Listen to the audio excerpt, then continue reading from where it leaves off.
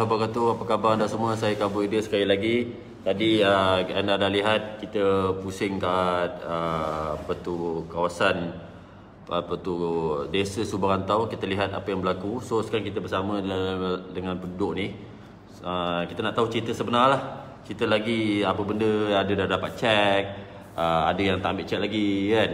So kita nak tahu sebenarnya, saya nak anda sharekan video ni. Apa kita dapat tahu macam-macam informasi yang kadang-kadang buat hati pun sakit lah. Jadi pada anda yang tengok live, tolong sharekan video ni. Kita nak pihak apa nama pihak ni? Pejabat tanah Pihak pejabat tanah. Mana surat pejabat tanah? Ni. Pihak pejabat tanah. Okey. Ambil tahu pasal benda ni dan lihatlah penduduk kawasan ni. Okey bang. So berapa dia nak bagi pembahasan? Berapa tu? Ex gracia. Melalui apa dia cakap ni lah. Okey, anda boleh tengok surat ni Penyerahan cek bayaran ex gracia kepada penduduk yang terlibat dengan projek tambatan banjir Sungai Pelepas. Macam tuan-tuan lihat tadi, banjir tu bukan sebab sungai ni. Banjir tu sebab Jabatan bawah. Jabatan bawah tu tak besar. Kan kita dah lihat tadi So alasan dia nak ambil rumah ni tak jelas lah. Dengan keadaan penduduk dah duduk berapa lama? 15 tahun. Lebih 15 tahun. Okey. Dalam surat ni pun dia tak bagi tahu berapa je nak bagi Tak ada. Okey, so salah seorang daripada penduduk dah pergi ambil Kak Noliza Dia ambil cek ni, anda boleh tengok cek ni. Rumah nilai dia berapa tadi? 150. 150,000 dalam kos buat. Tapi dia hanya bagi, kalau anda tengok kat situ, dia hanya bagi RM15,000 sahaja. So dan dia bagi RM15,000 dan dia orang cakap apa? Dia orang bagi rumah Dia nak bagi rumah, tawaran rumah. Okey, ni surat tawaran rumah. Bila ni? Rimbayu. Okey, dia nak bagi surat tawaran rumah. Tapi bila abang pergi, akak pergi mana kak? Ke tempat di Bogor. Rumah tu memang tak wujud lagi. Rumah tu tak wujud lagi? Ya, dan belum pun di launch. Kami dapat surat tawaran sebelum rumah di launch. So maksud dia, belum jadi sebelum ni, betul-betul. maksud dia bagi surat tawaran, tapi you pergi dekat Rimbayu. Rimbayu cakap apa? Rumah belum di launch lagi dan kita tak tahu bila lagi kita akan launch rumah tu. So macam mana surat tawaran dia bagi? Itu yang kita hairan kan. Macam mana surat tu tadi? So anda boleh lihat dah kat rumah tu bukan yang free. Kita kena bayar. kena bayar Harganya RM42,000. 42,000. Berapa tingkat? 5 tingkat. Tak ada lift. Tak ada lift. 5 tingkat memang tak ada lift lah kan. Tapi itu bukan isu dia. Isu dia adalah rumah tu tak ada lagi, tapi dia bagi surat tawaran. So kat sini kita dah lihat bahawa Kerajaan Negeri Selangor ni dia mempermainkan you all lah. Dan rumah tu dijangka siap 2024. 2024. Kalau PKP ini okey, then baru dia akan launch dan dijangka siap 2024. So dalam masa 2024 ni you nak duduk mana kan? Tu cerita dia. Okey. Yang ni surat yang dia bagi pada Suruhanjaya. Suruhanjaya Hak Asasi Manusia Suruhakam Kami telah buat rayuan juga kepada Suruhakam. Dan alhamdulillah Suruhakam ada bagi respon lah. Mana Suruhakam kata betul lah tanah ni hak kerajaan Negeri Selangor. Tapi kerajaan Negeri Selangor juga patut mengambil kira kebajikan rakyat dia. Banyak dia. Maknanya sepatutnya kalau nak roboh rumah, bayarlah dengan harga nilai rumah Yang setimpal lah. yang setimpal. Okey. Bukan RM15,000. Bukan RM15,000. Okey, kepada you all yang tengok live, anda bersama saya Kabul Idris di BMF Media TV. Kita sedang nak tahu cerita sebenar apa yang berlaku. Sebab untuk pengetahuan you all, dia orang nak robohkan rumah ni pada 30 bulan 30 bulan 6 ni. Jadi kita minta JPS, Pejabat Tanah, Kerajaan Negeri, lagi JKR yang berkaitan dengan projek ni, tolong ambil benda ni, tolong ambil tahu pasal benda ni. Jangan menidakkan hak rakyat lah. Sebab at the end of the day, masa sebelum pilihan raya, macam-macam janji kan, tak nak roboh, tak nak tu, dah dapat kuasa. Ini yang dia orang buat. Okey. Ni ada orang cakap kenapa tak pergi SPLM. Mana surat SPLM? Ada kan? Ada. Tak. Ada? SPLM. Oh, akak yang tadi tu lagi satu. Okey, yang ni surat pada pada masa sama juga macam kamu cakap tadi, dia orang ada bagi surat kepada Menteri Timbalan Perdana Menteri. Perdana Menteri bagi surat hantar kepada Menteri Air, Tanah dan Sumber Asli. Xavier lah. Mengatakan supaya suruh ambil kira juga hal kebajikan rakyat. Tapi sampai sekarang tidak ada mana-mana pihak yang datang untuk meneliti masalah kami. Gitu. So nampaknya diorang ni macam dah tak ambil tahu lah. So ni surat, kalau tuan-tuan lihat, abang akak semua lihat, ni surat pada Wan Azizah. Wan Azizah bagi pada Xavier suruh pejabat tanah teliti balik kepentingan penduduk. Tapi nampaknya tiada ada orang datang. Tak ada. Tidak ada mana-mana pihak pun datang dan meneliti masalah kami. Okey, saya nak tahu. DO ada datang tak? Pejabat DO tanah. datang, ada DO datang tapi tak turun kereta pun tidak menyapa pun kami. Oh, DO datang tapi tak jenguk pun. Cuba datang nak tengok kawasan.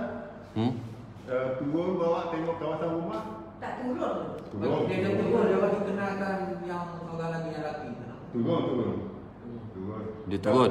Tapi tidak menyapa kami dan bertanyakan masalah kami. Hanya untuk tengok kawasan sajalah. Lepas tu maksud dia tak nak dengar pun masalah penduduk. Ya. Okey, kat sini pun satu isu juga. DO patutnya berkhidmat untuk rakyat. Nak kena tahu, dia pegawai kerajaan, dia kena tahu apa yang rakyat nak. Bukan apa yang sepatutnya. Memang betul dia kata nak buat tambatan banjir, tapi soalan dia, benda tu isu dia tak selesai kat situ. Isu dia kena betulkan jabatan bawah tu. Betul lah? Okay, yang ni pula surat pada? Ini Exco YB Puan Radiah pun menjawab surat daripada Timbalan Perdana Menteri ini mengarahkan pejabat tanah untuk juga meneliti masalah kami ini. Mana dia menyusul di surat daripada Timbalan Perdana Menteri.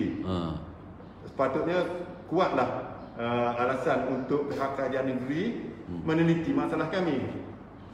Itu pun tidak ada tindakan. Tidak ada tindakan. So dengan kata lain, pejabat tanah pun tak datang. Datang pun hanya tengok kawasan, bukan tengok penduduk. Dan terus nak suruh you all keluar. So ni surat keluar tadi bila? Okey, ni surat keluar kan? Pada ni 3 Jun.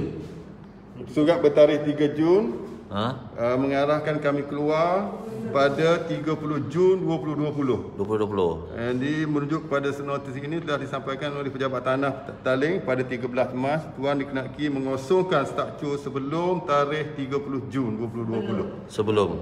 Mana sekarang ni ada masa 3 minggu lagi kami nak kena kosongkan Rumah tu. Rumah dalam keadaan PKP ni. Dalam tadi Tan Sri Muhyiddin dia sama PKP ke? Tadi saya tak dengar. Dia sambung ke apa? Dia tak umum. Tak umum sambung. Okey, apa harapan penduduk? Apa yang penduduk nak? Nak tahu juga. Okey. Kami tidak menolak kemajuan negeri Selangor, terutama sekali untuk mengatasi masalah banjir. Sekiranya sungai perlu dilebarkan, kami tidak ada masalah nak bangun rumah, tapi bayarlah harga rumah dengan setimpal supaya kami boleh membina rumah di tempat lain. Bukan RM15,000. Bukan RM15,000. Kami nak supaya rumah kami dibayar seperti mana nilai rumah kami, supaya kami boleh membina rumah di tempat lain. Dengan RM15,000 nak buat rumah apa? Nak sewa rumah sekarang ni mana ada bawah RM1,000 lagi kawasan sini. Yalah. Semua RM1,500, RM1,300. 10 bulan dah habis lah duit ni. Rumah yang ditawarkan 3 tahun, 4 tahun lagi belum pasti siap. Belum pasti siap kan? Mana kami nak tinggal? Okey, kalau tuan-tuan lihat, ini peta dia. So inilah dia orang punya nak buat tambatan banjir tu, kan? Sungai nak besar kan? Ni rumah dia jauh lagi sebenarnya. Ada banyak lagi dia punya tanah lebihan dia tu kan? Rizab banyak lagi, tapi kenapa dia tetap nak merobohkan?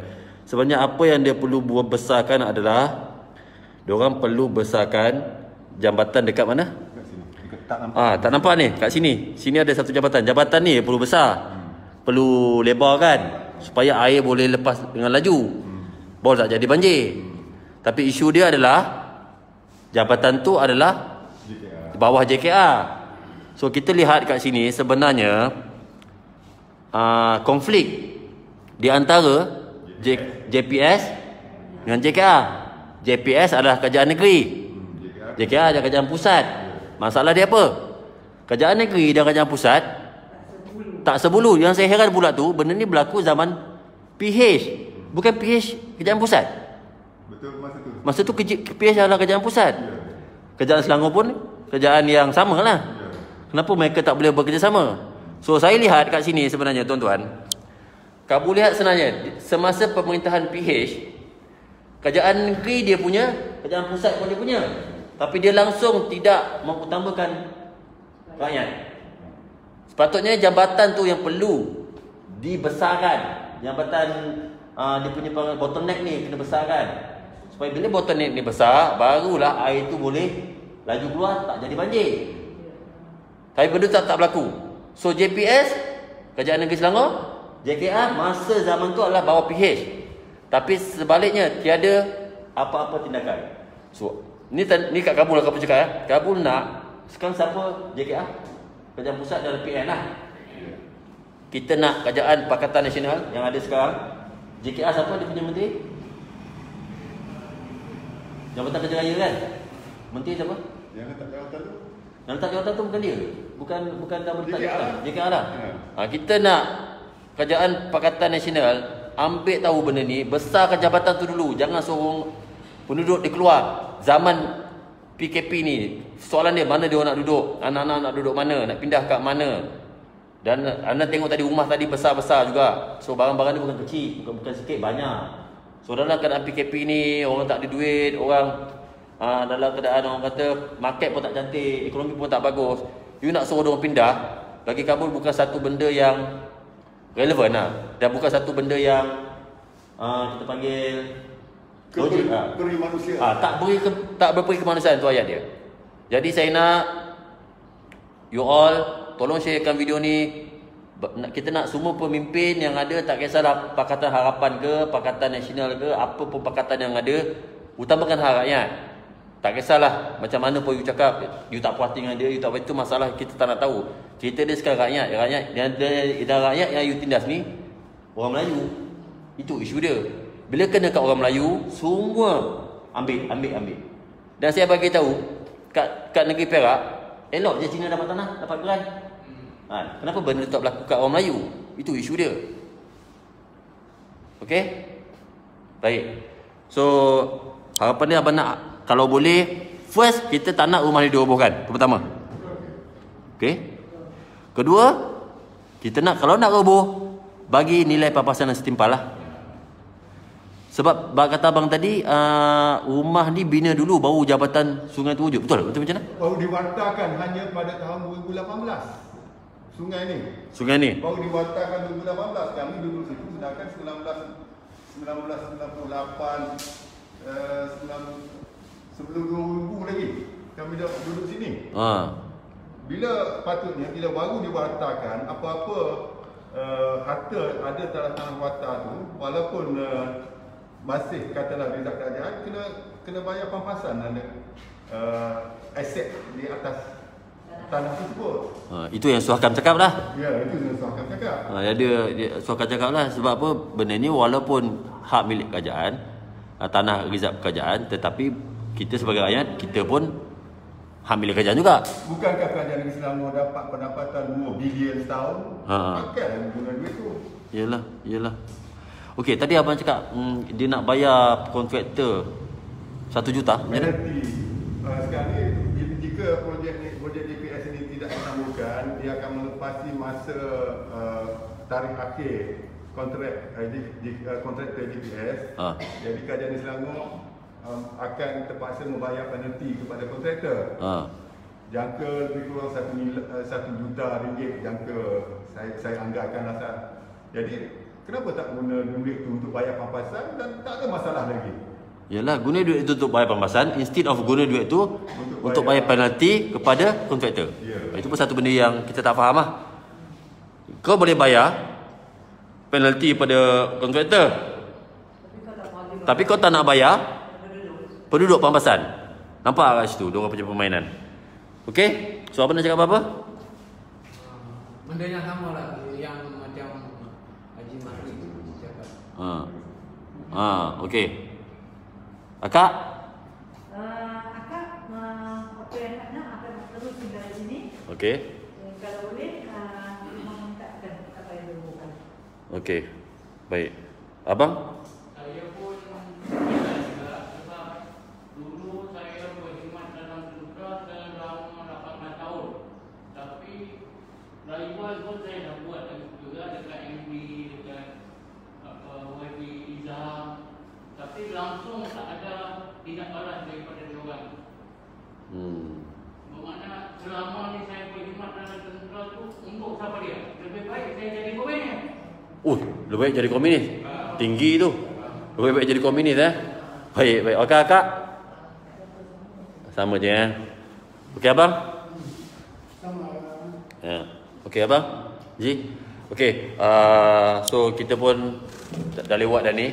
Jadi saya harap you all yang melihat video ni, tolong, yang penting saya nak you sharekan. Sekarang memang tak ada roboh lagi. Tapi jangan sampai nak roboh. Esok saya datang balik masuk roboh, memang jadi makin kecoh saya akan datang balik kalau hari perubahan tu 30 bulan. Tapi dia akan buat satu perubahan pada 10 bulan 10 bulan di yang belah sana lah. So saya akan datang buat live masa tu. So itu pun akan jadi isu juga nanti. So sebelum kita datang fight dengan dia orang, ataupun bukan fight lah, kita bagi mengambil hak kita pada 30 bulan. Saya harap tangguhkan dulu pemimpin yang ada, JPS, Jabat Tanah, lagi siapa? JKA. Tangguhkan dulu pejabat tanah, JKA, JPS, tangguhkan dulu benda ni, bincangkan elok. Betul-betul jumpa penduduk. Jangan datang-datang macam bos. Korang datang macam bos, macam bagus, tak bagi salam dengan penduduk, tak jumpa penduduk, tak tanya apa masalah penduduk, terus nak rubuhkan. Bukan macam tu cara dia. So bila you all buat macam tu, penduduk marah, you kata penduduk kurang ajar. Tapi sebenarnya pemimpin atas tu atau pegawai atas tu dia pejabat tanah yang tidak betul-betul ambil tahu hak rakyat. Betul tak Tak betul ambil hak rakyat. You menipu ni. You cakap rumah dah siap, rumah belum siap. You all bagi Selangor, Kerajaan Negeri Selangor bagi apa? Tawarkan dekat bandar Rimbunan ni, Rimbayu ni. Tapi sebenarnya rumah tu belum launch lagi. Masuk belum award dah atau macam mana? Belum wujud lagi. So apa janji palsu macam ni? Bagi harapan dan impian kepada penduduk kan. Okey, itu saja pada saya. Saya harap so dokumen ni saya akan ambil bang, saya akan buat lagi satu konten supaya orang dapat tahu kronologi cerita. Kita tak nak netizen ataupun rakyat kat luar yang melihat video ni dia cakap kita hanya membawang saja. No. Kita ada fakta, kita ada evidence dan kita lihat 15,000 yang dia bagi ni tak setimpal dengan kos yang you dah keluarkan untuk buat rumah, dengan sentimental value-nya kan. Dengan apa yang ada lah, insya-Allah. Okey, itu saja pada saya. Tolong share, tolong komen. Assalamualaikum warahmatullahi wabarakatuh.